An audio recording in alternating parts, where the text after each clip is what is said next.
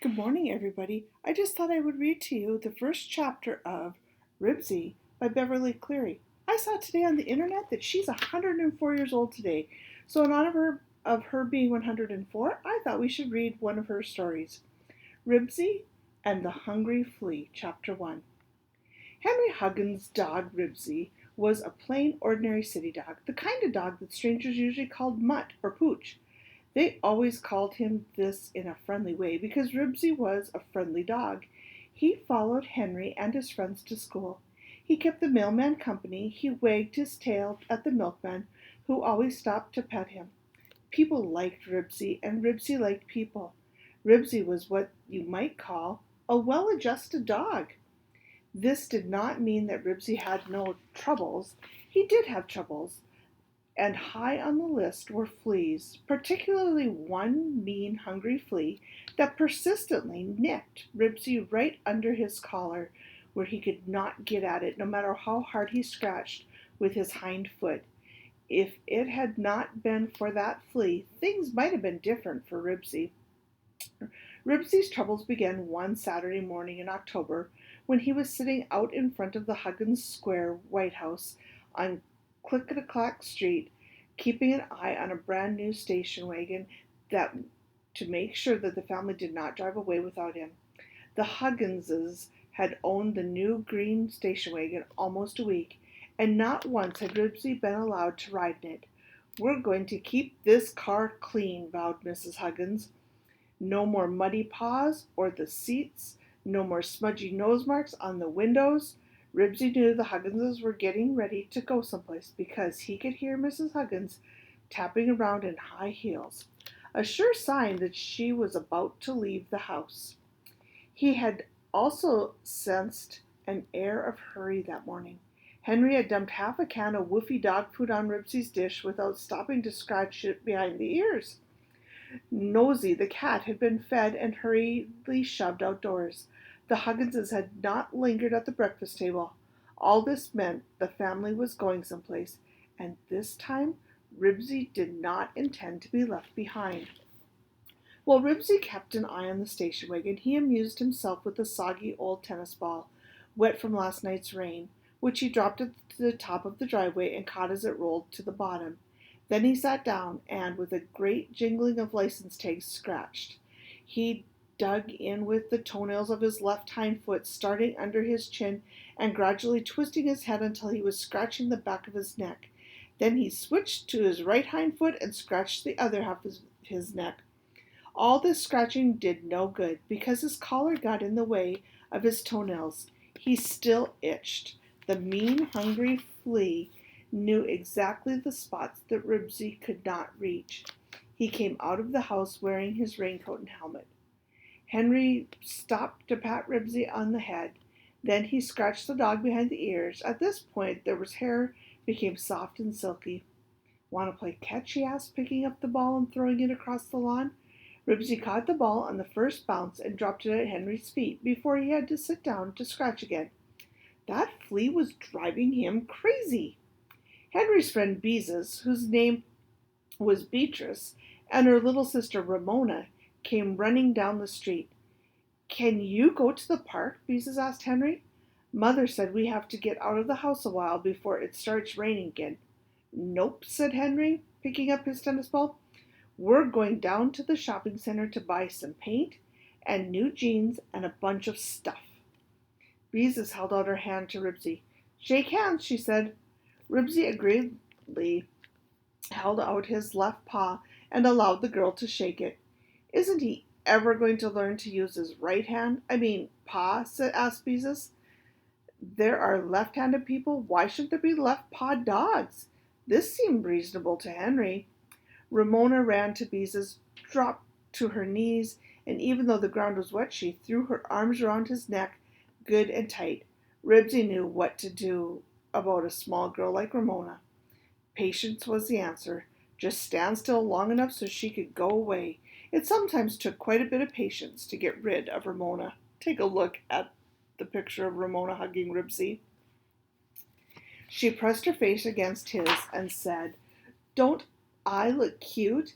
Daddy ought to get a picture of this. Oh, Ramona, said Beezus crossly.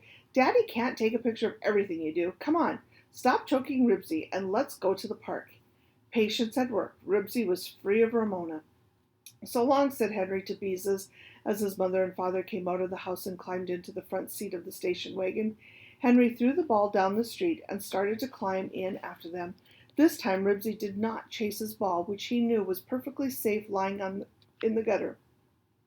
No one ever bothered this soggy old ball, no matter where he left it. When Ribsy was a few feet from the station wagon, the mean, hungry flea gave him an extra hard nip. Ribsy could not stand it. He had to sit down for one quick scratch. Henry, don't let that dog in this car, said Mrs. Huggins. Henry hopped in and slammed the door. Sorry, old boy, he said to his dog, who had finished scratching and was wagging his tail. The car started and Ribsy was left behind. Ribsy was not a dog to give up easily.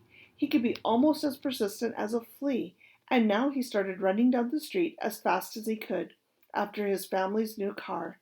This had happened before with the old car, and he knew that by running fast he could catch up to the first stop sign. He managed to stay close enough to get thoroughly drenched and muddy water, and when the car drove through the puddle, as he expected, he made it to the stop sign, where he stood panting and looking hopefully at his family. Henry pushed the button to lower the window.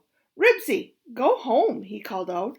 Ribsy answered with a short, sharp bark that meant, No, I don't want to go home. When the car started up, he continued his chase. Water spattered as the tires sucked at the pavement. He caught up with the second stop sign, 3 blocks away. Woof, said Ribsy, wagging his tail. For a middle-aged dog, Ribsy could run pretty fast. Ribsy, go home, said Henry, speaking less sharply this time. Don't pay attention to him, said Mrs. Huggins. Just ignore him, and he'll go home when he gets tired. That dog can run 20 miles an hour, said Mr. Huggins, who had been clocking Ribsy with the speedometer. As the car started, Ribsy gathered all his strength, and even though he was getting tired and the flea was chewing away under his collar, he managed to catch up at the 3rd stop sign. Don't even look at him, said Mrs. Huggins. Just pretend he isn't there. Aw, Mom, protested Henry. He's getting tired. He's panting, so he can't even bark. Good, said Mrs. Huggins, who was usually a kind woman.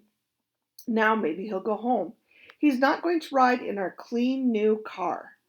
Mr. Huggins went on, and so did Ribsy, his tongue flapping like a flag as his feet scissoring back and forth as fast as he could to make them go. Henry's worried face watched him from the tailgate of the station wagon. Ribsy barely made it to the next stop sign, which was a traffic light at the busy intersection. He stopped panting with his sides going in and out like bellows. But, Mom, he'll get run over, Henry was saying. He always wants to come with us so much he isn't even paying any attention to the other cars. Mrs. Huggins glanced unwillingly at Ribsy. Oh, all right, she said. Just this once. But keep him on the floor. I don't want him on the seat with those wet paws, and I don't want any smearing nose prints on the window. Henry opened the door, and Ribsy, the winner, jumped in. The first thing he did was shake himself. Muddy drops splattered over the new plastic upholstery. Silently, Mrs. Huggins handed Henry a box of Kleenex, and without a word he wiped the spatters. Until Ribsy had caught his breath, he was satisfied to stay on the floor. Even though he did not like the strong smell of the new car, as he stood normally, he tried to climb on the seat, where the smell was not so strong, and where he could ride with his nose out the window and smell more things faster. No, Ribsy, said Henry, shoving the dog off the seat. Down, boy. And so Ribsy was forced to ride on the floor of the station wagon. He could not see a thing, and the new car smell and mixture of new rubber, plastic, floor matting, and lubricating oil was strong. Ribsy did not like it. He preferred the odors of the wet earth, fallen leaves, cats, food cooking, and boys, particularly his own boy, Henry Huggins. However, Ribsy was a dog who always tried to make the best of things, and this was a good chance to scratch again. He began under his chin of his left hind foot and finished on the other side with his right foot, but no matter how hard he scratched, and no matter how hard he jingled his license tags, he could not reach the bites under his collar. Henry Huggins was the kind of boy who understood. "Here, let me help," he said, and removed Ribsy's collar. Oh, Ribsy enjoyed a good hard scratch, this time one that really did some good, and when he had finished, he laid his chin on Henry's knee. He was filled with love and gratitude for Henry's kindness. He loved Henry more than anyone in the world. Henry understood, and he rubbed Ribsy behind the ear. "Good old Ribsy," he said affectionately. "Did you think I wanted to leave you behind?" By the time the Hugginses had reached the shopping center, which was made up of all kinds of stores, shops, restaurants, surrounded by acres and acres of parking space without parking meters, people came from miles around to shop here, because they did not have to worry about finding parking space, and they could shop as long as they wished without having to remember the time and rush out to put another nickel in the meter. "You stay here, Ribsy," said Henry, and he said carefully, and he opened two of the windows a few inches at the top so Ribsy would have plenty of air, which was locked in the car. He took Henry longer than usual to adjust the windows, which worked automatically and were fun to play with. Just push a button and zip it. They went up. Push it again and zip. They went down. And I'm going to stop there. I hope that you get a chance to check out Ribsy by Beverly Cleary. Remember, today's her birthday. She's 104. So you can tell the times have changed because she has Henry Huggins just getting to a shopping mall.